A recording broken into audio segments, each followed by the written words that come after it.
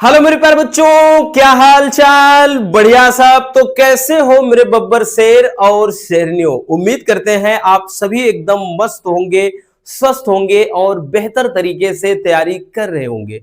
और आपकी तैयारी को और भी बेहतर बनाने के लिए हम फिर से हाजिर हैं एक मजेदार वीडियो के साथ। आपके बहुत सारे कमेंट्स आ रहे थे कि सर इंग्लिश में ग्रामर की एक और वीडियो लाई जाए। एक ही क्या भैया, ऐसे बहुत सारी वीडियोस आपके सामने आएगी जिसमें हम ग्रामर का पूरी तरीके से निपटारा कर देंगे।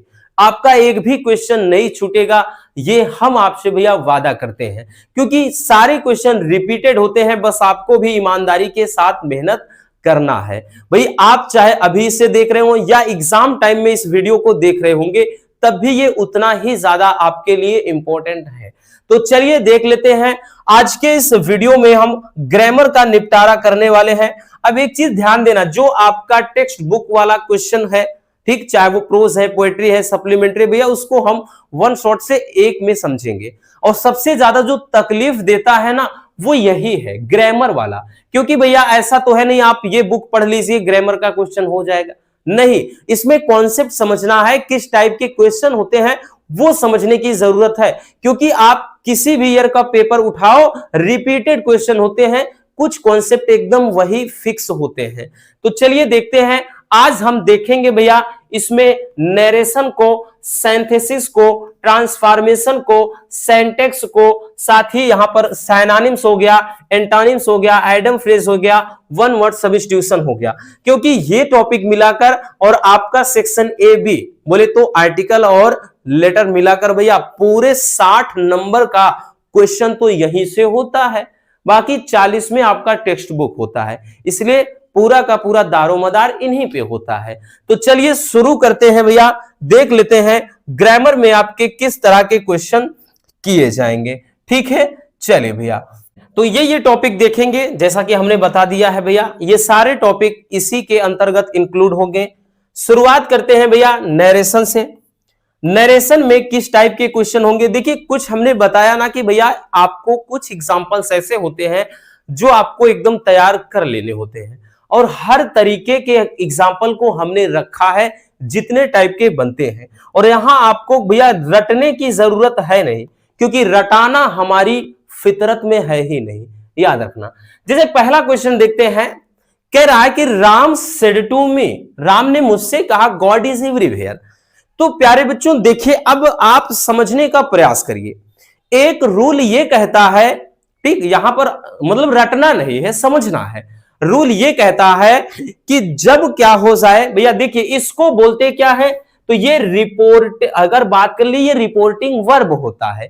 और जो ये कॉमा के अंदर लिखा जाता है भैया, इधर कॉमा होगा, ये कॉमा के जो अंदर लिखा जाता है इसको बोलते हैं रिपोर्टेड स्पीच। मतलब स्पीच का मतलब भाषण, जो कुछ कहा गया है ये चीज, ये पार्ट रिपोर्टेड स्पीच, ये रिपोर्टिंग वर्ब होता है। तो यदि रिपोर्टेड स्पीच वाला जो भी सेंटेंस हो, इसमें कोई कहावत हो, मुहावरा हो, सार्वभौमिक सत्य हो, ऐसी चीजें हैं, तो अगर हम इसको इनडायरेक्ट में कन्वर्ट करते हैं तो इसके टेंस में कोई भी बदलाव नहीं करते हैं। याद रखना हमने क्या बताया, यहां पर कोई मुहावरा हो, कहावत हो, सार्वभौमिक सत्य हो, ये सारी चीजें लोकोक्ति वगैरह हो, तो इसके टेंस में कोई बदलाव करते ही नहीं है। जैसे गॉड इज एवरीवेयर, ईश्वर हर जगह है, तो ये बात 100% सही है भैया कि ईश्वर हर जगह विद्यमान है।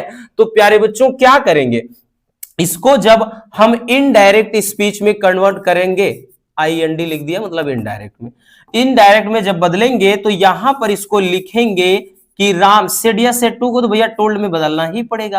राम टोल्ड में कंजक्शन दैट लगाएंगे, ठीक है, वो तो लगता ही है। बाकी पूरा का पूरा उतार दीजिए, दैट गॉड इज एवरीवेयर, ईश्वर हर जगह है। मतलब यहां पर भैया अगर कोई ये, क्योंकि सत्य है, जैसे कहा जाए कि सूर्य पूरब में निकलता है, ये बात सही है। सूरज पूरब में, भाई पश्चिम में छिपता है, ये बात सही है। 2 and 2 makes 4, 2 और 2 मिलके 4 होते हैं, ये भी सही है। PT Jawaharlal Nehru was the first prime minister of India, कि भाई पंडित जवाहरलाल नेहरू भारत के प्रथम प्रधानमंत्री थे, तो ये बात सही है। जैसे लव इज ब्लाइंड, प्यार अंधा होता है। इस तरीके के एग्जाम्पल आ जाए जिससे आपको ये लगे कि हाँ ये बात सच है। या फिर भैया जैसे आयरन कट्स आयरन, लोहा लोहे को काटता है। तो ऐसे केस में प्यारे बच्चों कोई बदलाव इसके टेंस में नहीं करना होता है। दूसरे पर आ जाते हैं भैया। दूसरा क्या कह रहा है प्यारे बच्चों, दूसरा देखिए, दूसरा कह रहा है Mohan said to me, Mohan ने मुझसे कहा please help me just now.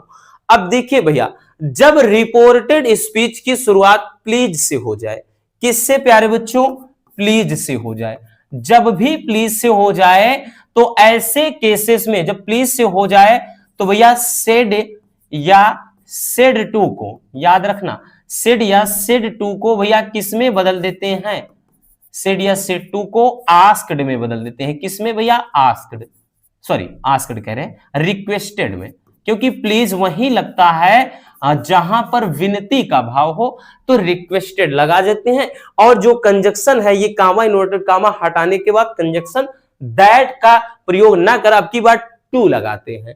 तो जैसे इसको बनाएंगे तो लिखेंगे भैया, क्या लिखेंगे, मोहन सेड या सेड टू को हमने बताया रिक्वेस्टेड, मोहन रिक्वेस्टेड मी। अब कंजक्शन हमने बताया टू लगेगा और प्लीज हटा देते हैं, क्योंकि जब रिक्वेस्टेड ऑलरेडी आपने इस्तेमाल कर लिया तो प्लीज को हटा दिया जाता है। उसके बाद टू हेल्प, उसके बाद ध्यान देना कौन कह रहा है, मेरी सहायता करो, हेल्प मी। कौन बोल रहा है, मोहन कह रहा है। मोहन एक लड़का है, जब आई का दूसरा रूप मी है, मोहन एक लड़का है, इसका दूसरा रूप क्या हो जाएगा, हिम, हिम हो जाएगा। और जस्ट अब नाउ का दिन होता है, नाउ का दिन, क्योंकि अभी है। और ये जो बात हुई थी ये बात प्राचीन यानी ये पास्ट की हो चुकी थी, उस समय की। तो जब आप किसी तीसरे बंदे को बताओगे तो भैया ये अभी की बात है, तो उस समय की बात, तो देन, देन का मतलब तब की बात आप कहोगे, इसीलिए यहां पे देन लग जाएगा। ठीक है, चलिए भैया तीसरा क्या है, इसका इनडायरेक्ट में कन्वर्ट करते हैं। तीसरा है, ध्यान से समझना, बोल रहा है the teacher said to students, teacher ने स्टूडेंट से कहा do not quarrel with one another, कि एक दूसरे से लड़ाई झगड़ा ना करो, एक दूसरे से लड़ाई झगड़ा ना करो। ठीक है, और ध्यान देना फिर से बोल दे रहे हैं भैया, इतनी शानदार ये क्लास है कि आप कोई भी ईयर का पेपर उठाओ आप चुटकियों में सॉल्व करोगे, क्योंकि इनसे बाहर क्वेश्चन बनेगा ही नहीं, इतना याद रखना।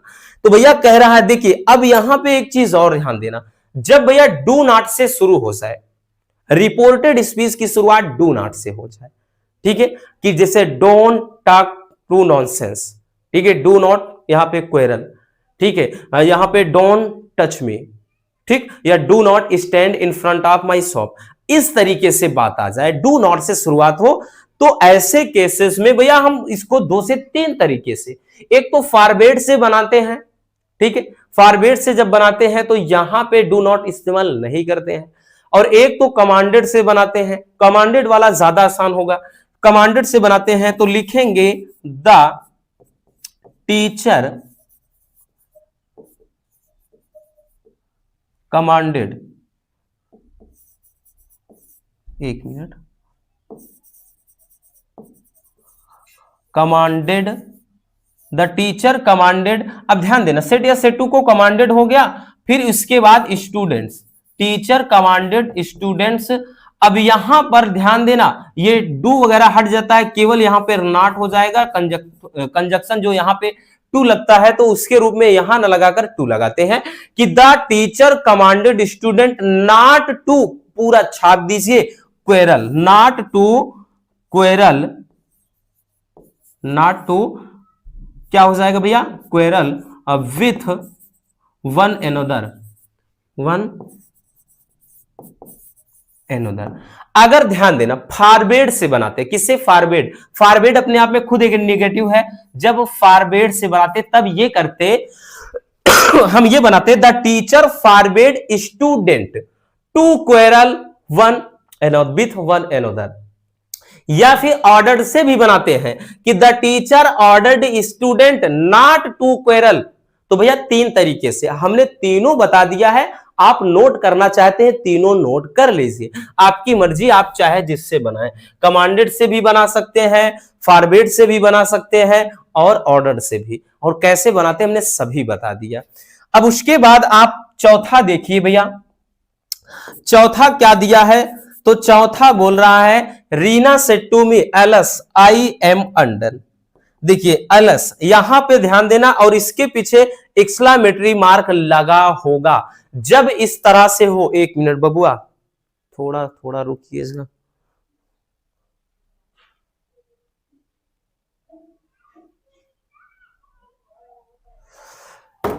हाँ देखिए, अब यहां पे ध्यान देना, जब यहां एक्सक्लेमेटरी मार्क हो, क्योंकि ये एक्सक्लेमेटरी सेंटेंस हो, जब भी यहां पे आह, उई, ओह, ओहो, आहा, एलस, इस तरह से दी, हुर्राह, ये सब दिखाई पड़े, तब आपको क्या करना है, सेड या सेड टू को एक्सक्लेम्ड में अकेले बदल दीजिए। बाकी फीलिंग के ऊपर निर्भर करता है, दुख वाली बात है तो एक्सक्लेम्ड विथ सारो, खुशी की बात है एक्सक्लेम्ड विथ जॉय, आश्चर्य की बात है एक्सक्लेम्ड विथ सरप्राइज। लेकिन हमने बताया ना, ये पीछे लगाने की कुछ जरूरत नहीं है। आपको नहीं पता है यहां खुशी है, गम है, क्या है, कोई दिक्कत ना, डायरेक्टली आप क्या करिए, यहां पे ध्यान देना, आपको बस ये करना है, सेड या सेड टू को एक्सक्लेम्ड, सेड या सेड टू को भैया केवल और केवल एक्सक्लेम्ड। तो रीना एक्सक्लेम्ड, अब कंजक्शन दैट लगता है, और यहां आह, ऊह, उई, हुर्राह, एलस, कुछ भी जो लगा हो वो हट जाता है।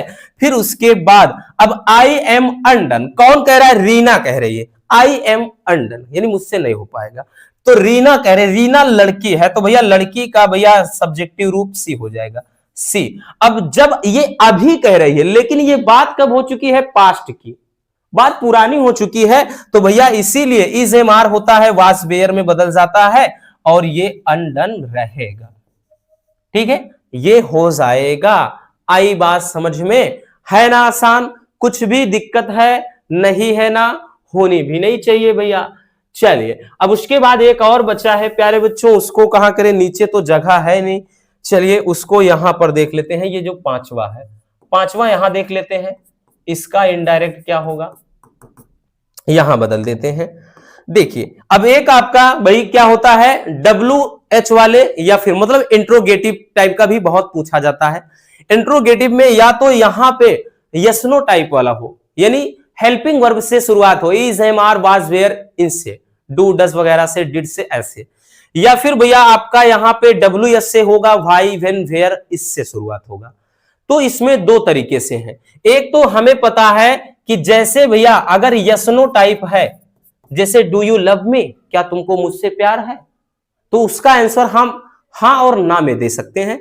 तो ऐसे केसेस में सेड या सेड टू को प्यारे बच्चों आस्क्ड में बदलेंगे, और कंजक्शन ध्यान देना, इफ या वेदर लगाते हैं, इफ या वेदर।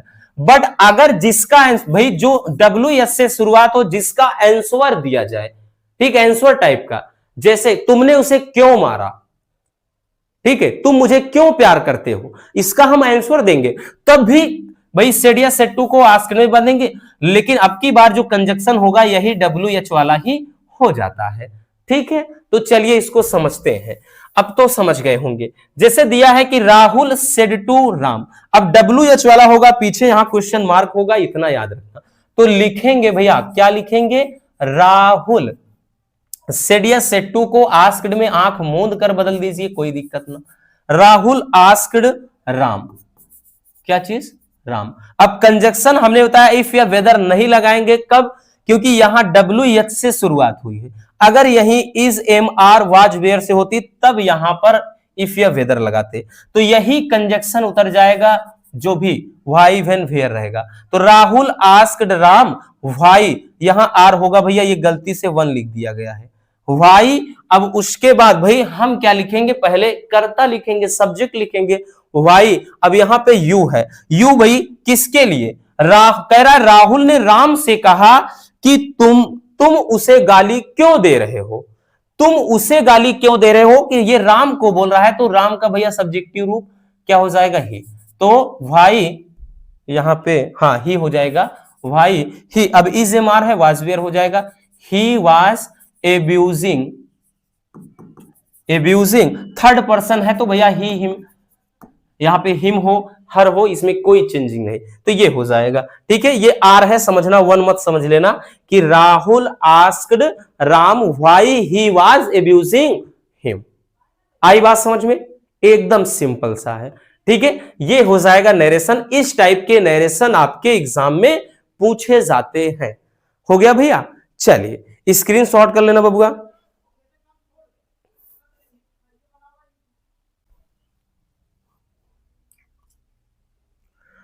हो गया भैया, चलिए आगे चलते हैं बच्चों। तो इस तरीके से भैया आपका नरेशन, देखिए जितने टाइप के हैं, बाकी सिंपल वाला तो आप आराम से कर ही सकते हो।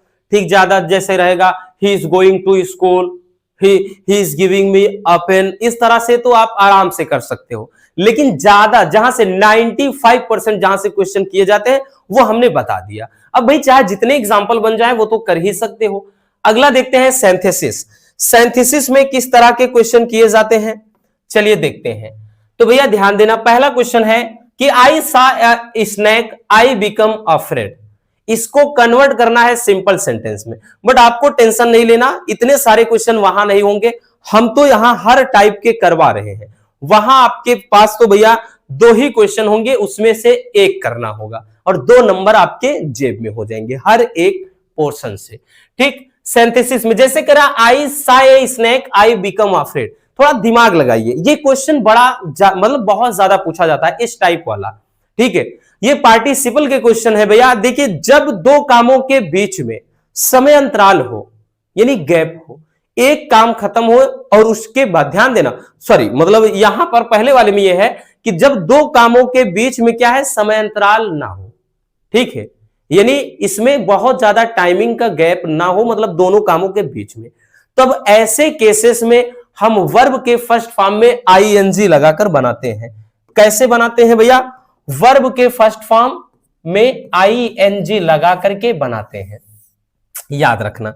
ठीक, यानी जब एक काम खत्म हो जाए और फटाक से दूसरा शुरू हो जाए, गैप हो ही ना, तब भाई वर्ब के फर्स्ट फॉर्म से में आईएनजी यानी प्रेजेंट पार्टिसिपल से बनाते हैं। और जैसे यहां इसको सिंपल में बनाना है, पहले समझने का प्रयास करिए। भैया आपका दिया है कि आई सा ए स्नैक, मैंने एक सर्प देखा, आई बिकम अफ्रेड, मैं डर गया। अब देखिए सांप को देखना यानी सर्प को देखना और डरना, इन दोनों कामों के बीच में अगर आप देखिए गैप ना के बराबर है। अब ऐसा तो है नहीं भैया आप सांप देखोगे, घर जाओगे, खाना खाओगे, घर वालों से बातें करोगे, उसके बाद डर जाओगे, नहीं। आप रास्ते से जा रहे हैं भैया, आप सर्प आप देखेंगे, अचानक से सेकंडों टाइम नहीं लगेगा, फटाक से डर जाओगे। आप जा रहे हो, सामने से सर्प गुजर गया, आप अचानक से डर जाओगे। यानी 2 कामों के बीच में समय ना के बराबर, यानी 2 कामों के बीच में टाइमिंग यहां गैप नहीं है। तो ऐसे केस में हमने क्या बताया, वर्ब के फर्स्ट फॉर्म में आईएनजी। तो भैया ये सा है भले, लेकिन यहां पे इसका फर्स्ट फॉर्म क्या हो जाएगा, सीइंग। ठीक है, तो सी में आईएनजी लगा दो, सीइंग अ स्नेक, एक सर्प को देखकर, सीइंग अ स्नेक कॉमा लगाइए और उसके बाद आई बिकम अफ्रेड, कि सर्प को देख करके मैं क्या हो गया भैया, मैं डर गया। Seeing a snake I become afraid, मतलब मैं भयभीत हो गया। आगे देखते हैं बच्चों, अगला देखिए दूसरा भी रखा है हमने, पास्ट पार्टिसिपल को भी रखा है। ठीक है, तो यहां पे देखिए बोला है कि हर हस्बैंड डाइड और सी हियर्ड द न्यूज, और उसके बाद सी फेंटेड, वो देखिए इसमें क्या बोल रहा है कि हर हस्बैंड डाइड, उसका पति मर गया। फिर उसके बाद सी हियर्ड द न्यूज, उसने न्यूज सुना, और सी फेंटेड, वो बेहोश हो गई यानी मूर्छित हो गई। अब इसको बनाना है सिंपल सेंटेंस में। अब की बार भैया ध्यान देना, जब कामों के, ध्यान देना यहां पे, जब भाई 2 या 2 से अधिक कार्य हो, उसके बीच में कुछ टाइम हो, उसके बीच में टाइम हो, यानी एक काम खत्म होने के बाद दूसरा शुरू हो, तब ऐसे केसेस में हम वर्ब के, भाई वर्ब में क्या हो, हैविंग प्लस वर्ब की थर्ड फॉर्म से भी बनाते हैं, या वर्ब के थर्ड फॉर्म से भी आफ्टर करके बना सकते हैं। ठीक है, आफ्टर करके वो उसे बना सकते हैं। ठीक, समझने का प्रयास करिए। यहां पे बताया गया जैसे एक काम खत्म हुआ तभी दूसरा, कि हर हस्बैंड डाइड, कि उसके पति की मृत्यु हो गई, और सी हियर्ड द न्यूज, उसने न्यूज सुना, और सी फेंटेड, वो बेहोश हो गई, मूर्छित हो गई। तो भाई पहले क्या है, उसके पति की मृत्यु हुई, तो मृत्यु के बाद उसने क्या है अपने, भाई वो पति की मृत्यु की उसने खबर सुनी, और जब खबर को वो सुनी तो खबर को सुनने के बाद वो क्या है, बेहोश हो गई। तो कामों के बीच में भैया यहां पर एक काम खत्म होने के बाद दूसरा हो रहा है। जैसे इस तरह से कह सकते हैं कि वर्कर ने अपने काम को समाप्त किया, फिर वो घर गए, तो वही कामों के बीच में क्या है, गैप है। तो ऐसे केसेस में इसको हम हैविंग से बनाएंगे, इसको बनाएंगे हैविंग प्लस वर्ब की थर्ड फॉर्म से। कब, जब हमने बताया एक काम खत्म हो तब दूसरा जब शुरू हो, तो हैविंग प्लस वर्ब की थर्ड फॉर्म। तो हैविंग हियर्ड, हैविंग हियर्ड, ठीक, क्योंकि यहां पे ध्यान देना ये वर्ब है। हैविंग हियर्ड, हैविंग क्या हो जाएगा भैया, heard of her, having heard the news, एक minute, having heard the news of her husband, कि अपने पति की मौत की खबर सुनने की बात, ठीक है, having heard the news of her husband died, यानी मौत की खबर सुनने के बाद कॉमा लगाइए, फिर उसके बाद क्या हो जाएगा भैया, सी फेंटेड, सी फेंटेड, यानी वो क्या हो गई, बेहोश हो गई, मूर्छित हो गई। ठीक है, बहुत आसान है। और ये वाला एग्जांपल बात करें, मोस्ट इंपोर्टेंट है, प्रीवियस ईयर में 5 से 7 साल में देखो ये 2 से 3 बार आया हुआ है, तो याद रखना भैया, इसको दोहरा भी सकता है। ठीक है, अगला क्वेश्चन देखिए, कह रहा है कि he is poor, he is not dishonest. इसको बनाना किस में है, इसको कॉम्प्लेक्स में बनाना है। अब समझने का प्रयास करिए, कह रहा है कि ही इज पुअर और ही इज नॉट डिसऑनेस्ट, वो गरीब है, वो गरीब है भैया, उसके बाद कह रहा है कि वो बेईमान नहीं है। अक्सर माना जाता है भाई गरीब लोग हैं, खाने पीने के लिए या वैसे भी अपनी जीविका चलाने के लिए चोरी करेंगे, बेईमानी करेंगे। तो आपको यह समझ में आ गया होगा कि अगर कॉम्प्लेक्स सेंटेंस है तो कॉम्प्लेक्स सेंटेंस में हमने बताया था यहां पे दो आल्दो वगैरह चलता है। तो कह रहा है कि वो गरीब है, वो बेईमान नहीं है, इसका मतलब वो गरीब है, यद्यपि वो गरीब है लेकिन बेईमान नहीं है, मतलब वो गरीब तो है लेकिन बेईमान नहीं है। तो यहां पर दो या आल्दो से बना सकते हैं, तो यहां पर लिखेंगे दो या Aldous, he is poor, he is poor, comma करिए, ही इज नॉट डिसऑनेस्ट। या फिर हमने बताया भैया ऐसा भी बना सकते थे, Aldous he is poor yet he is not, यहां पे yet he is not dishonest, ठीक है, कि वो यद्यपि वो गरीब है लेकिन फिर भी बेईमान नहीं है। ठीक, इस तरीके से आता है। अगला क्वेश्चन कि this is the place here I was attacked by robbers, कह रहा कि ये वो स्थान है, फिर आगे कह रहा है कि यहां पर डाकुओं द्वारा मुझ पे आक्रमण किया गया था या हमला किया गया था भैया। तो यहां पर इसका मतलब भैया आप कॉम्प्लेक्स में बनाओगे, अब तो समझ में आ गया होगा ना। कह रहा है कि ये वो स्थान है और यहां पर डाकुओं के द्वारा हम पे हमला हुआ था, इसका मतलब यही वो स्थान है जहां पर डाकुओं द्वारा हम पे हमला हुआ था। तो यहां पर लिखेंगे भैया, क्या लिखेंगे, जैसे होता ना कि ये वो स्थान है, यहां पर महात्मा गांधी जी का जन्म हुआ था, तो लिखेंगे यही वो स्थान है जहां महात्मा गांधी जी का जन्म हुआ था, ये वो स्थान है जहां रानी लक्ष्मीबाई लड़ी थी, तो यहां पर लिखेंगे यही वो स्थान है जहां रानी लक्ष्मीबाई लड़ी थी। तो यहां पर वही उसी तरीके से ये है कि लिखेंगे this is the place, this is the place where, ठीक, क्योंकि इनमें भैया ये सारे शब्द आते हैं। ठीक है, कॉम्प्लेक्स वगैरह में एक बार अलग से हम कॉम्प्लेक्स कंपाउंड में जोड़ने के लिए क्या प्रयोग किया जाता है बता देंगे। ठीक, कि this is the place where where I was attacked by robbers, यही वो स्थान है जहां क्या है, हमें मतलब हमारे ऊपर डाकुओं द्वारा आक्रमण हुआ था। ठीक है, अगला question, night came on, night came on, ठीक है, यानी रात आई, द रूम ग्रीव डार्क, और जो कमरा है वो अंधेरे से भर गया।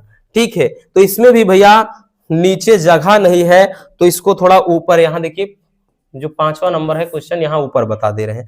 कह रहा है कि नाइट केम ऑन, रात आई, फिर कह रहा है कमरा अंधेरे से भर गया, तो इसका मतलब रात आई और कमरा अंधेरे से भर गया। तो भैया केवल और केवल जोड़ने के लिए, क्योंकि कंपाउंड बनाना है तो कंपाउंड में यही सब चलता है, एंड वगैरह, तो एंड जोड़ने के लिए एंड लगा देंगे बस, तो हो जाएगा night came on and room came on and the room grew dark, grew dark, और कमरा क्या है, अंधेरे से भर गया। तो है ना आसान, बहुत सिंपल है। और वैसे भी इतने क्वेश्चन, इतने एग्जाम्पल हम करवा देंगे कि देगा कहां से, टेंशन नहीं लेना बबुआ, नोट कर लीजिए भैया।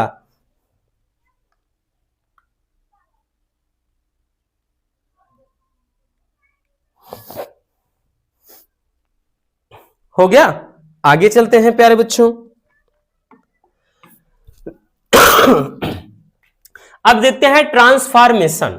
ट्रांसफॉर्मेशन में भैया आपका positive degree, comparative degree, superlative degree, remove too वगैरह होता है, अफर्मेटिव हो गया, इंट्रोगेटिव हो गया, नेगेटिव हो गया, इस तरह के क्वेश्चन बनते हैं।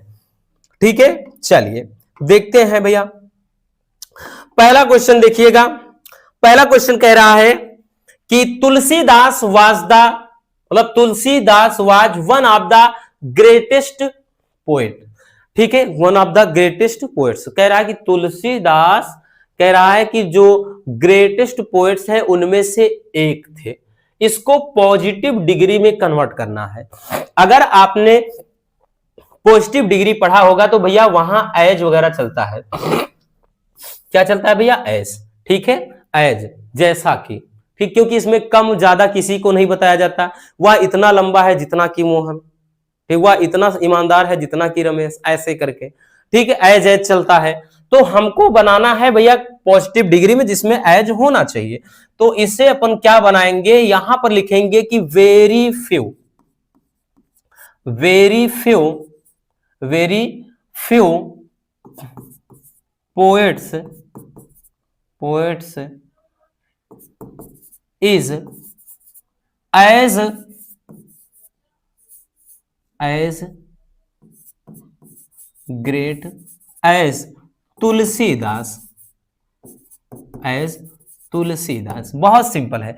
देखिए अर्थ भी नहीं बदलना चाहिए, इस बात का भी ध्यान रखना है आपको, इसमें अर्थ नहीं बदलना चाहिए, इसका भी ध्यान रखना है। जैसे कह रहा है कि बहुत, मतलब कह रहा है Tulsidas one of the greatest poets, मतलब कह रहा है कि तुलसीदास ग्रेटेस्ट पोएट्स यानी महान कवियों में से एक थे। तो इसका मतलब यह है कि बहुत कम ही कवि इतने महान थे जितना तुलसीदास, यानी कहने का मतलब ये कि तुलसीदास महान कवियों में से एक थे। तो देखिए आप अर्थ भी नहीं बदला है। ठीक है, दूसरा देखिए भैया, दूसरा कह रहा है India is the largest democracy in the world. कह रहा है कि India is the largest democracy in the world, यानी भारत जो है विश्व में, कह रहा है कि भारत विश्व में सबसे क्या है, बड़ा लोकतंत्र है, सबसे बड़ा लोकतंत्र है। तो अब यहां पर इसको बदलना है कंपैरेटिव डिग्री। अब कंपैरेटिव डिग्री में बदलेंगे कैसे, तो इसे कंपैरेटिव डिग्री में कन्वर्ट करना है। अब देखिए भैया कंपैरेटिव डिग्री में चलता क्या है, आर ई आर होता है प्रोनाउन में, लेकिन जैसे ब्यूटीफुल हो गया, वंडरफुल हो गया, हैंडसम हो गया, तो उसमें मोर शब्द का प्रयोग किया जाता है। और जब इसमें भाई, क्योंकि कंपैरेटिव डिग्री में तुलना की बात की जाती है, तो इसमें कम या ज्यादा थोड़ा बताया जाता है। ठीक है, इसमें कम या ज्यादा बताया जाता है। यहां कहा जा रहा है कि India is the largest democracy in the world, कि इंडिया भाई, इंडिया जो वर्ल्ड में, यहां पे एल होगा, इंडिया वर्ल्ड में क्या है, सबसे भाई लार्जेस्ट, कह रहा लार्जेस्ट यानी सबसे बड़ा लोकतंत्र है। तो इसका मतलब ये है कि भाई वर्ल्ड में अन्य कोई देश में इतना बड़ा लोकतंत्र नहीं है जितना कि इंडिया का। तो यहां पर भैया हम ये लिखेंगे कि India is the larger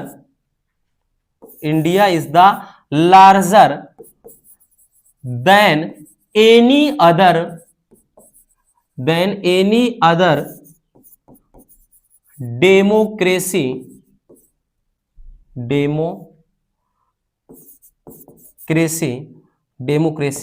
in the world. ठीक है, यानी India is the larger than any other democracy in the world. ठीक, कि इंडिया क्या है वर्ल्ड में अन्य देश की तुलना में क्या है, अत्यधिक भाई बड़ा है। ठीक, मतलब बात तो वही हुई ना कि अन्य किसी देश की भैया मतलब अन्य कोई जो देश है उसका लोकतंत्र इतना बड़ा नहीं है जितना कि भारत का। तो वही चीज तो यहां पर मेंशन किया गया है।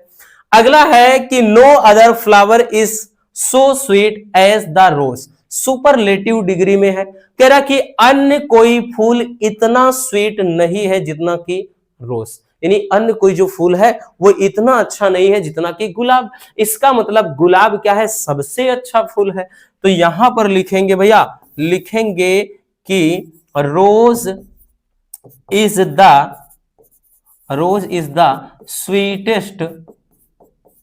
Sweetest flower. ठीक है, रोज इज द स्वीटेस्ट फ्लावर। बात समझ में आ गई। तो ये बड़े आसान होते हैं, बहुत ज्यादा डिफिकल्ट नहीं होता। अगला है कि it is too hard to break remove to. तो भैया एक टू वाला भी बहुत ज्यादा पूछा जाता है कि जिसमें टू हटाने को बोला जाएगा। यहां पे बोलेगा ऐसा, he is too fat to walk, ठीक, he is too thin to walk, ऐसे देगा। तो इस तरह से देता है। तो यहां पे इसका क्या हो जाएगा, इसका मतलब है देखो रिमूव टू, टू हटा देना है यहां से, तो हो जाएगा it is so hard that it can not be broken. ठीक है, ये इतना कठिन है कि तोड़ा नहीं जा सकता। ठीक, इतना हार्ड है। अगला ओपन द डोर, कि भाई इसको बनाना है क्या है, पैसिव वॉइस में। पैसिव वॉइस में बनाना है कि ओपन द डोर। तो भैया इसको कई तरीके से बना सकते हैं, एक तो लेट से बना सकते हैं, एक ऑर्डर टू से। तो यहां पे लेट से बना सकते हैं, let the door be opened. ठीक है, बोल रहा है कि भैया क्या है, open the window, sorry window है कि विंडो को खोलो, खिड़की खोलो। तो let the window be opened, या हमने बताया you are ordered to open the window, ऐसे भी बना सकते थे, या let the window be opened. ठीक, इस तरीके से भी है ना, आसान, बहुत सिंपल है भैया। चलिए जल्दी से नोट कर लीजिए बबुआ।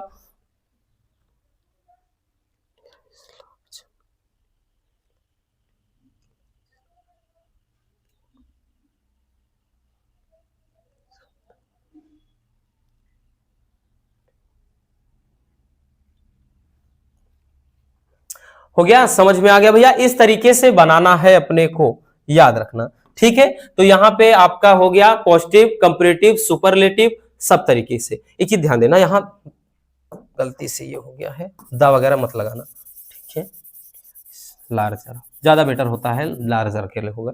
चलिए आगे देखते हैं, फिलहाल आगे देखते हैं भैया। अगला है सिंटैक्स। सिंटैक्स में क्या होता है भाई, इसमें ध्यान देना, जैसे हिंदी वाले में होता है ना, आपका हिंदी के क्वेश्चन पेपर में गलती रहती है कुछ ना कुछ, आपको सुधारनी हो। जैसे आज अनेकों नेताओं ने भाषण दिए, ऐसे तो इस तरीके से गलती होता है। ठीक, सीता एक गुणवान स्त्री है, ऐसे गलती दिया रहता है। यहां शुद्ध गाय का दूध मिलता है, तो आप उसमें सुधार करते हो। उसी तरह इंग्लिश में भी चलता है सिंटैक्स में। सिंटैक्स में भी एरर होता है, जैसे पुअर, यहाँ पे आर, ये वन लिख दिया है, ये आर होगा, ये गलत प्रिंट हो गया है, यहां पे आर होगा। ठीक,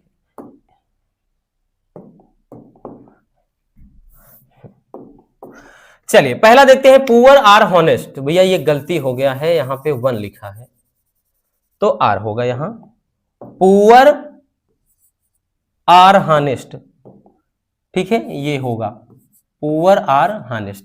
तो आपको बताना है कि भैया इसमें गलती कहां है। तो प्यारे बच्चों देखिए, इसका जो करेक्ट सेंटेंस होगा वो हो जाएगा द पुअर आर हॉनेस्ट, ये इसका सही रूप हो जाएगा, ठीक है, ये करेक्ट सेंटेंस है, the poor are honest.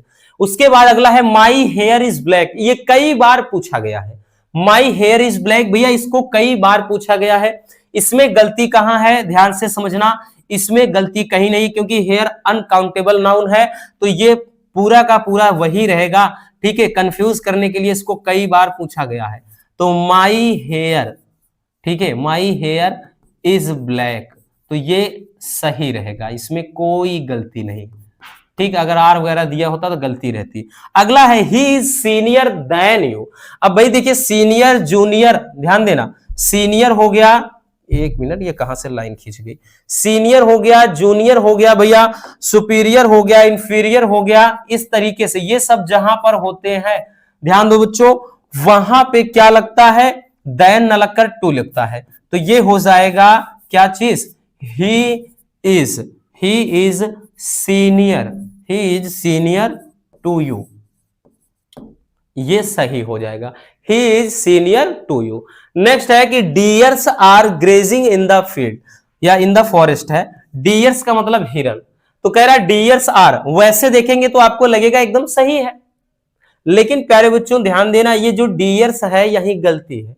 Dear हो गया, सिप हो गया, कैटल हो गया, ये अपने आप में खुद एक बहुवचन के रूप में होते हैं, तो यहां डियर का मतलब हिरन, तो कह रहा है यहां पे डियर होगा ना कि डियर्स, डियर आर ग्रेजिंग, क्योंकि डियर खुद एक प्लूरल यहां पे के रूप में यूज होता है, deer are grazing in the forest, जो हिरण है भैया वो क्या है, जंगल में चर रहे हैं। नेक्स्ट है कि mister DK is a MLA मतलब एमपी। अब ध्यान देना, ध्यान जैसे जिसमें उच्चारण जैसे आपका ए ई आई ओ यू, ठीक है, आपने पता है भाई जो स्वर और स्वर व्यंजन होते हैं, तो यहां पे ए ई आई ओ यू, जिसमें ध्यान देना इसमें ए का उच्चारण हो, ठीक, तो यहां पे ए भले एमपी है लेकिन ए उच्चारण आ रहा है ए, तो इसके साथ में हमेशा एन लगता है, तो इसका जो सही हो जाएगा वो हो जाएगा, क्या हो जाएगा भैया, मिस्टर, ये हो जाएगा mister DK is an MP हो जाएगा, ठीक है, यही क्या हो जाएगा, सही रूप हो जाएगा। तो ये आपके हो जाएंगे सिंटैक्स में, हालांकि वहां तो आपको एक ही करना है, आपको ज्यादा करने की जरूरत नहीं है। चलिए नोट कर लीजिए इसको भी।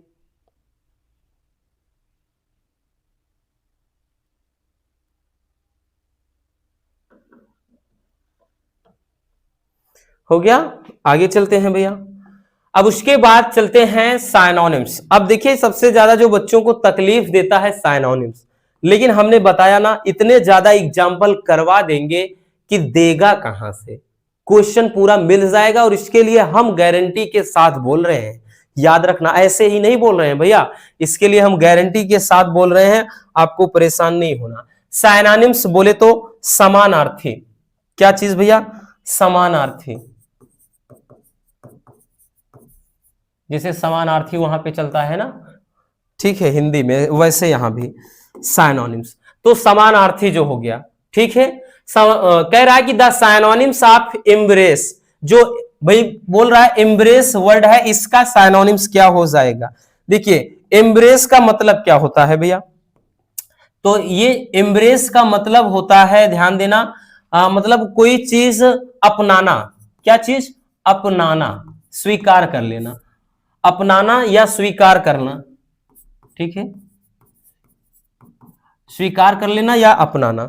तो कौन सा हो जाएगा, ऑप्शन है एक्सेप्ट, रिजेक्ट, डिस्टर्ब या फिर एक्सक्लूड। तो भैया कौन सा हो जाएगा, एक्सेप्ट, एक्सेप्ट का मतलब स्वीकार कर लेना या फिर अपना लेना, ठीक। चलिए आगे देखते हैं, कह रहा synonyms of great is, greed का साइनोनिम क्या हो जाएगा?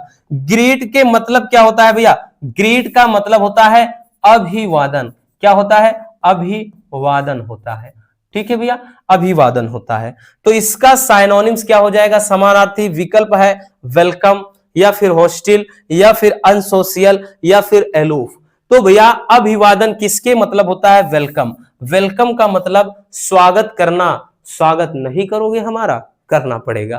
तो वेलकम भाई हो जाएगा अभिवादन।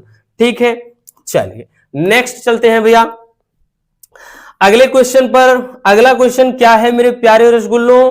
साइनोनिम्स में नेक्स्ट है कि the synonyms of advocate. Advocate जो वर्ड्स है इसका साइनोनिम्स क्या हो जाए?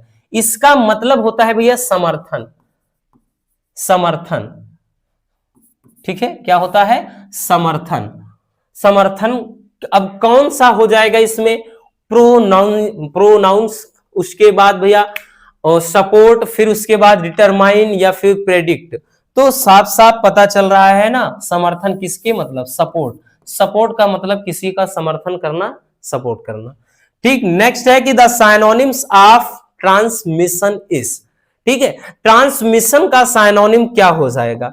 ठीक, ये आपको बताना है। देखिए जो ट्रांसमिशन है इसका साइनोनिम होता है संचरण होता है भैया, ये संचरण होता है। ठीक, ट्रांसपोर्ट वाला जो काम, ट्रांसमिशन यानी संचरण। इसमें कौन सा हो जाएगा? एडमिनिस्टर हो जाएगा, या फिर कन्वीनियंस हो जाएगा, या फिर कनेक्ट हो जाएगा, या फिर डिसकनेक्ट हो जाएगा। तो भैया यही सही हो जाएगा। ठीक है, इसके मतलब भी संचरण हो जाता है। ठीक है, संचार हो जाता है। आई बात समझ में? तो ये हो जाएगा आपका साइनोनिम। ठीक है, तो साइनोनिम के इस तरह से क्वेश्चन करेगा आपके सामने, 2 नंबर का होगा। और सोचो कितनी अच्छी बात है, अगर आपको भैया पता है तो आप डायरेक्टली टिक मारो, आगे बढ़ो। और वैसे भी हम इतना ज्यादा प्रैक्टिस करवा देंगे कि आपको टेंशन लेने की जरूरत है ही नहीं। ठीक है, इसीलिए बोलते हैं ना भैया, आप लोग भी ईमानदारी के साथ लगे रहो, बस हम हैं तो कोई गम नहीं। अब एंटोनिम्स देख लेते हैं। एंटोनिम का मतलब क्या होता है भैया? विलोम। एंटोनिम बोले तो विलोम। अब विलोम शब्द देखेंगे भैया एंटोनिम को। एंटोनिम ने में पहला देखिए, कह रहा है कि the antonym of arrival. Arrival का एंटोनिम क्या हो जाएगा? अराइवल का मतलब समझ रहे हो? आगमन। आगमन, ठीक है, आगमन। इसका विलोम क्या होगा? राइवल, या फिर सर्वाइवल, या फिर डिपार्चर, या फिर यहां पे बोल रहा है क्या है? रप्च्यूर। ठीक है, तो यहां पे कौन सा हो जाएगा? आगमन। आगमन का भैया क्या हो जाएगा? साफ साफ पता चल रहा है कि भैया डिपार्चर हो जाएगा। ठीक, प्रस्थान हो जाएगा। ठीक है, नेक्स्ट है कि the antonyms of better is. Better का एंटोनिम क्या हो जाएगा प्यारे बच्चों? ऑप्शन है वर्स्ट, या फिर बैड, या फिर वर्स्ट, या फिर गुड। देखिए यहां पर भैया थोड़ा ऑप्शन कुछ हमें सही नहीं लग रहे हैं, क्योंकि यहां वर्ष होगा और वर्ष ही सही होगा, वर्ष वर्ष होगा। ठीक है, यहां पे लिखने के बाद ये आर, ठीक, ये पूरा ऑप्शन ही मतलब यही सही होगा, लेकिन ये मीनिंग थोड़ा गलत लिखा है। ठीक है, ये यही वाला सही हो जाएगा भैया, ऑप्शन ए। बाकी किसी में है नहीं, यहाँ पे वर्स्ट है, यहाँ बैड है, यहाँ गुड है, जबकि बेटर का पूछ रहा है। बेटर का एंटोनिम पूछ रहा है वर्स। बेटर का मतलब क्या होता है? बेटर का मतलब भैया क्या होता है? बढ़िया। बेटर का मतलब बढ़िया। अब बढ़िया का मतलब क्या है? वर्ष खराब हो जाएगा। ठीक है, आई बात समझ में? चलिए नेक्स्ट चलते हैं बच्चों अगले क्वेश्चन की तरफ। अगला क्वेश्चन क्या है? अगला है कि the antonym of inevitable. Inevitable का एंटोनिम क्या होगा? देखिए इनविटेबल का मतलब ध्यान देना, इसका मतलब होता है बच्चों, इनविटेबल का मतलब निश्चित होता है। क्या चीज? निश्चित। या इसी को भैया अनिवार्य भी कहा जाता है, अनिवार्य।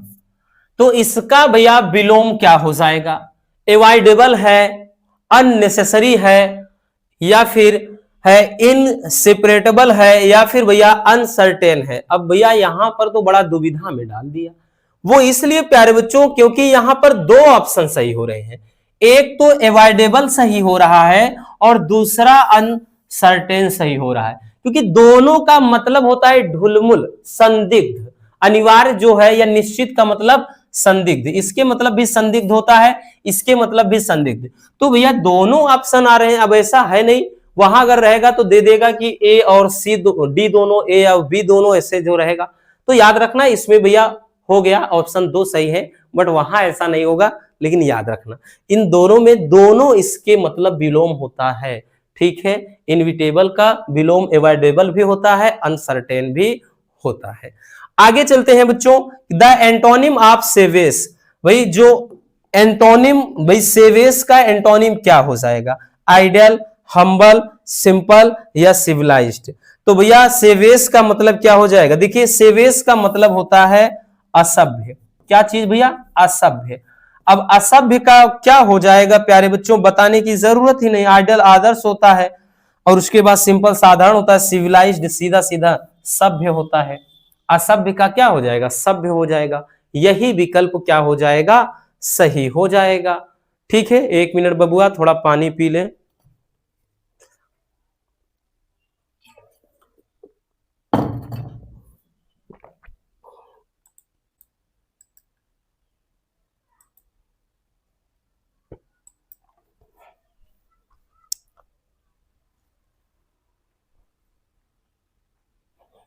हो गया भैया, आगे चलते हैं बबुआ। अगला देखते हैं अब हम आइडम एंड फ्रेजेस, ठीक है, एंड फ्रेजल वर्ब, ठीक, जो आपका क्या होता है भैया? कहावत, मुहावरा, लोकोक्ति, ठीक।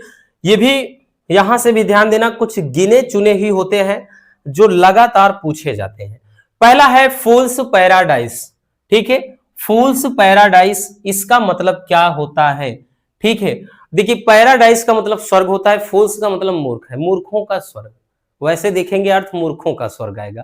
तो इसके मतलब क्या होता है? ए स्टेट ऑफ डिलस, मतलब डिलस्टोरी हैप्पीनेस, या फिर to be incredibility happy about something, या to be in a place filled with foolish people, या फिर to feel like a fool in company of many smart man. देखिए फूल्स पैराडाइज, मूर्खों का स्वर्ग, वैसे देखें तो इसका मतलब होता है ए स्टेट ऑफ मतलब डिलसोरी या डिलसरी हैप्पीनेस। इसका अर्थ हो जाता है इस, भाई इस पूरे वाले का अर्थ अगर बात कर ले यही सही होगा, और इसके पूरे का अर्थ भी हम लिख दे हैं, तो इसका मतलब हो जाता है भैया भ्रामक खुशी की स्थिति, भ्रामक खुशी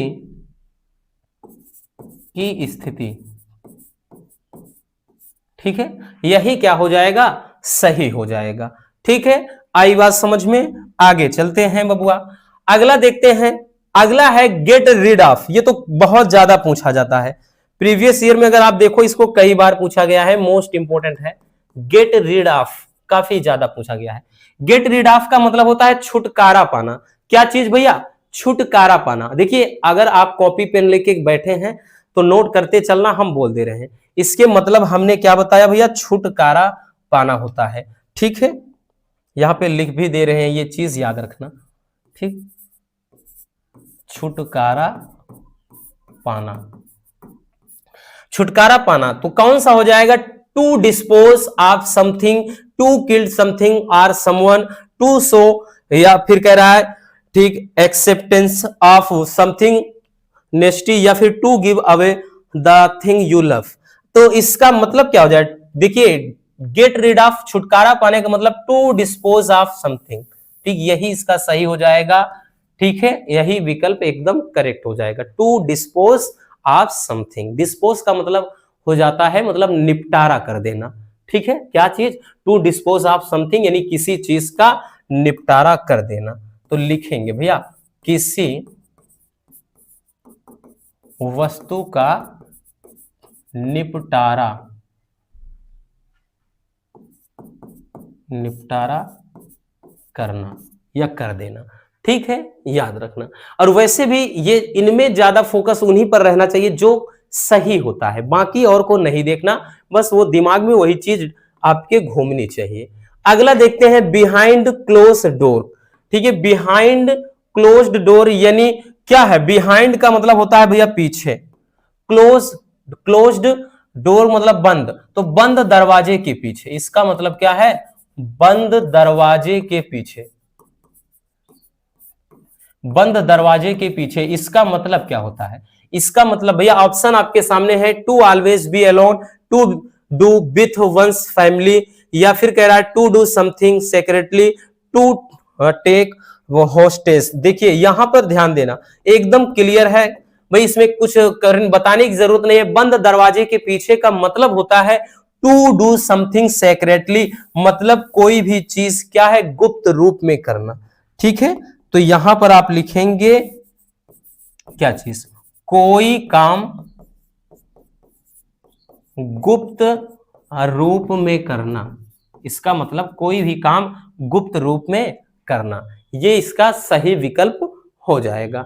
ठीक है भैया, चलिए आगे चलते हैं बच्चों। अगला क्वेश्चन भैया, अगला क्वेश्चन क्या है? कह रहा है कि to play ducks and drakes. Ducks and drakes का मतलब होता है बतख और नर बतख का खेल खेलना। ठीक है, बतख और नर बतख का खेल खेलना, इसका क्या हो जाएगा? विकल्प है to play with farm animals, to act foolishly, आर इन मतलब ध्यान देना इन कंसिस्टेंसली, या फिर भैया कह रहा है to be very down to earth, या फिर to tackle a problem in a bold manner. तो ध्यान देना भैया, इसका मतलब होता है कोई काम मूर्खता पूर्वक कर देना। ठीक है, इसका विकल्प ऑप्शन क्या हो जाएगा भैया? B is the correct answer, यानी कोई काम मूर्खता पूर्वक करना। ठीक है, यहां पर इसका लिख भी दे रहे हैं, कोई काम मूर्खता पूर्वक करना। ठीक है, ये हो जाएगा। आई बात समझ में? तो ये हो जाएगा एडम एंड फ्रेश। अब उसके बाद भैया वन वर्ड सब्स्टिट्यूशन में जो होता है अनेकार्थी जिसको बोलते हैं। ठीक है, यानी जैसा हिंदी में पूरा व्याकरण चलता है सेम यहां पर भी चलता है। ये क्या हो जाएगा भैया? आपका अनेकार्थी, सॉरी अनेकार्थी कह रहे हैं, मतलब वो वाक्यांश वाला, अनेक शब्दों के लिए एक शब्द जिसको वाक्यांश कहा जाता है। ठीक है, जैसे जिसे जीता ना जा सके, जहां तक पहुंचा ना जा सके, ठीक, जहां तक जाया ना जा सके। ठीक है, जो सब कुछ जानता है, जो पढ़ा लिखा हो, जो पढ़ा लिखा ना हो, जो ईश्वर में विश्वास रखता हो, जो ना रखता हो, इस तरीके से। ठीक है, तो यहां पे ध्यान देना भैया। अब यहां पे बच्चों पहला क्वेश्चन क्या है? पहला क्वेश्चन है कि someone who damage public property, जो पब्लिक प्रॉपर्टी को नुकसान पहुंचाए उसे क्या कहते हैं? ठीक, ये क्वेश्चन भाई कई बार आया है। पब्लिक प्रॉपर्टी को नुकसान पहुंचाने वाले को क्या कहते हैं? क्या बोलते हैं भैया? बोलते हैं सोपोरिफिक, या फिर भैया वैंडल, या फिर भैया वेनियल, या फिर बोलते हैं स्टोइक। तो वैंडल बोलते हैं, जिसको बर्बर बोलते हैं, बर्बरता। ठीक है, क्या बोलते हैं? बर्बरता या बर्बर।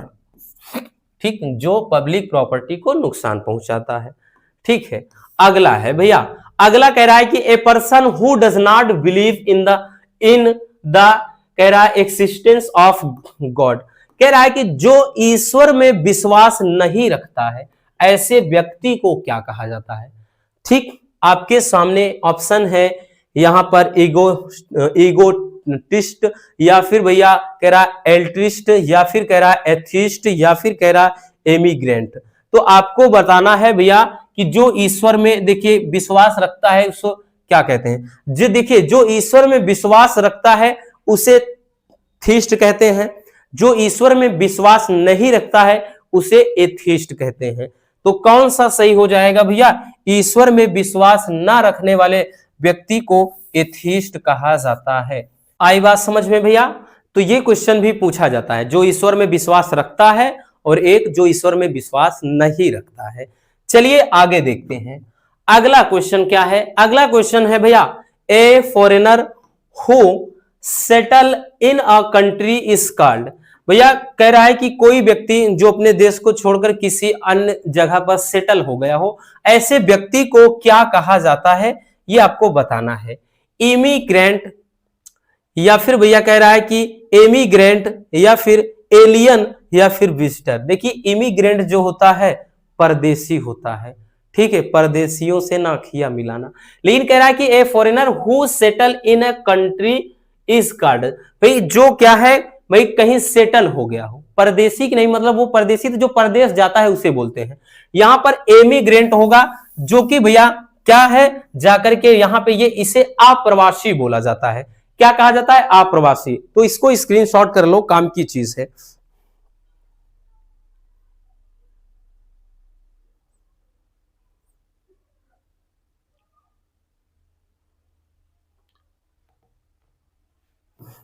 हो गया ना? चलिए आगे देखते हैं भैया अगला क्वेश्चन।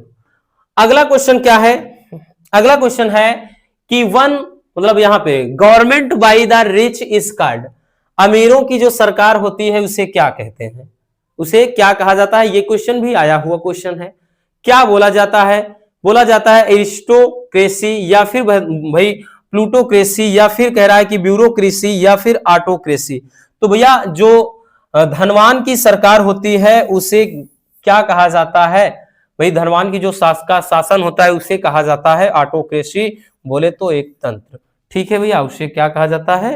एक तंत्र। ठीक, तो option D is the correct answer. तो ये हो जाएगा आपका वन वर्ड सब्स्टिट्यूशन। अब उसके बाद आपका होमोफोन्स होता है। अब होमोफोन्स ये बड़ा आसान होता है, होमोफोन्स बहुत ज्यादा डिफिकल्ट नहीं होता है, बहुत आसान होता है भैया, इसको आपको ज्यादा दिमाग लगाने की जरूरत है नहीं। अब यहां पर दे देगा आपको कि दो देगा आपको और कहेगा किसी एक का भैया क्या करना है, भाई एक को आपको भाई लिख करके पूरा एक सेंटेंस के साथ बनाइए। जैसे एक दे दिया है साइट और साइट, तो साइड का मतलब भैया होता है दृश्य, और एक साइट का मतलब होता है स्थान, प्लेस। ठीक है, तो अब यहां पर जैसे आपको एक बोलेगा कि कोई एक सेंटेंस इसको लेकर बनाओ, तो जैसे लिखेंगे तो लिखेंगे आई सा अ ब्यूटीफुल, आई सा ए ब्यूटीफुल साइट देयर, मैंने वहां एक बहुत खूबसूरत नजारा देखा। ठीक है, फिर उसके बाद जैसे एक साइट बोलते ना कि चलो आज वहां एक साइट है तुमको दिखा देते हैं, जमीन है ना, साइट कि यहाँ एक साइट है, एक प्लाट बिक रहा है, वहां साइट का मतलब प्लेस, स्थान से। तो यहां पर जैसे लिख देंगे कि यहां पे I visit a new site with my brother. ठीक है, मैं अपने भाई के साथ आज एक नए साइट पर घूमने गया।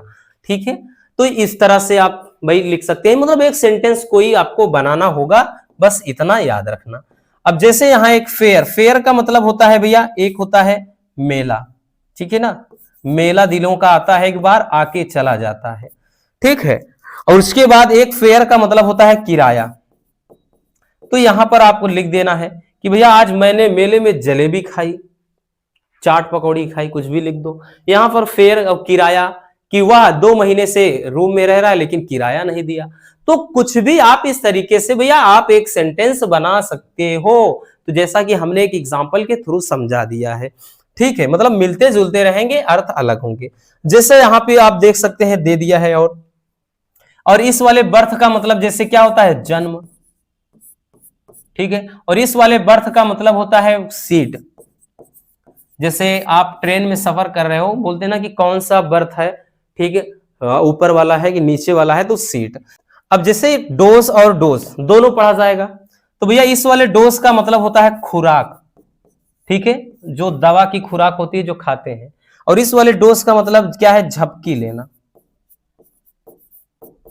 आपने पढ़ा है उस वाले चैप्टर में, माई मदर एट 66 में, कि सी वाज डजिंग, ठीक है, कि वो मेरे बगल में बैठी थी मेरी माँ, और वो क्या है? झपकियां ले रही थी, उनका मुंह खुला हुआ था। ठीक, उसमें आपने देखा है। तो इस डोज का मतलब है झपकी, और इस वाले डोज का मतलब खुराक, यानी दवा की खुराक। तो ये हो जाएगा होमोफोन्स में।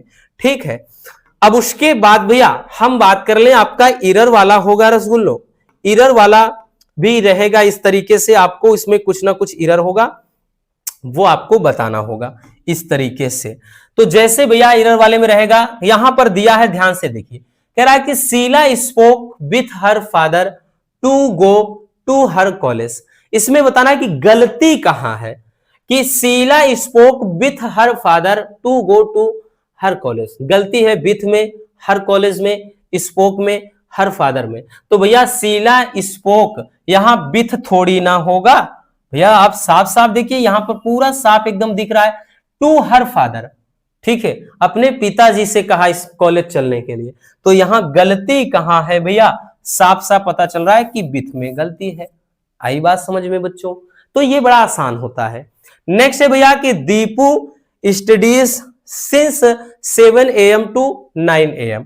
तो भैया यहां पर आपको बताना है गलती कहां है, फार में है, फ्रॉम में है, सिंस में है, टू में है।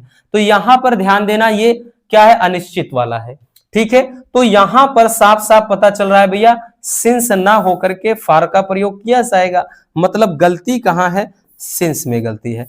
यहां पे फार 7 AM टू 9 AM डेली होगा, ठीक है, ये हो जाएगा। आई बात समझ में?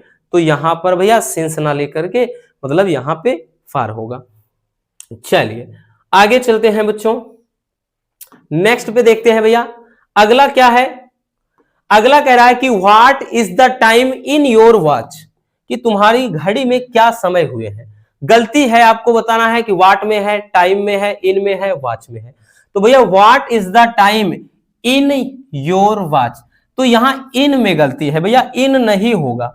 अब इसको दो तरीके से, एक तो बाई भी लगा सकते हैं, ऑन भी लगा सकते हैं यहां पर, बट इन नहीं होगा। गलती कहां है, इन। व्हाट इज द टाइम, यहां पे ऑन योर वॉच या फिर बाई योर वॉच, ये चीज होगा। और ये वाला काफी इंपॉर्टेंट है, मोस्ट इंपॉर्टेंट, इसको कई बार पूछा गया है, ठीक है। नेक्स्ट देखते हैं भैया, अगला क्या कह रहा है। अगला कह रहा है कि ऑलवेज स्पीक अ ट्रूथ। तो भैया गलती कहां है, ऑलवेज में है, ट्रू स्पीक में है, ए में है, ट्रूथ में है। तो भैया ए नहीं लगेगा, द लगेगा, ठीक है। तो यहां पर ऑलवेज स्पीक द ट्रूथ, यहां पर ए नहीं लगेगा। आई बात समझ में? तो यहां पर इस तरह से एरर वाला हो जाएगा बबुआ।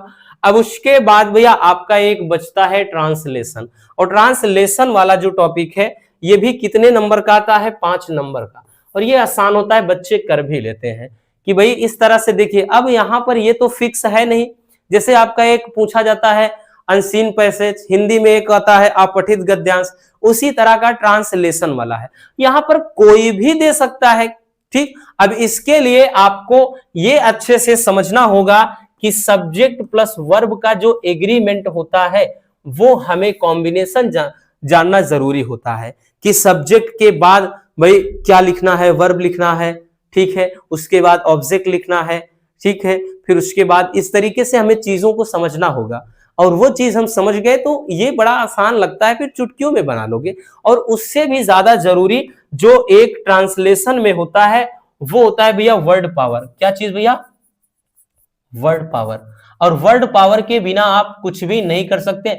और वर्ड पावर में वही चीज भैया, आप सारी चीजों को, यानी सब्जेक्ट वर्ब एग्रीमेंट, और उसके से भी ज्यादा जरूरी भैया आपको भाई मीनिंग याद होनी चाहिए। भाई किसके मतलब क्या होता है, तो मीनिंग, बिना मीनिंग के आप कुछ भी नहीं कर सकते, ठीक है। पता चले आपको किसके मतलब शत्रु है, नहीं पता, किसके मतलब लहर है, नहीं पता, किसके मतलब लाभदायक है, मालूम ही नहीं, किसके मतलब प्रतीक्षा है, बिल्कुल नहीं पता, दिनचर्या किसके मतलब है, नहीं पता, मूल्यवान किसके मतलब नहीं पता, तो हम चाहे जितना बताएंगे कुछ भी नहीं हो सकता है।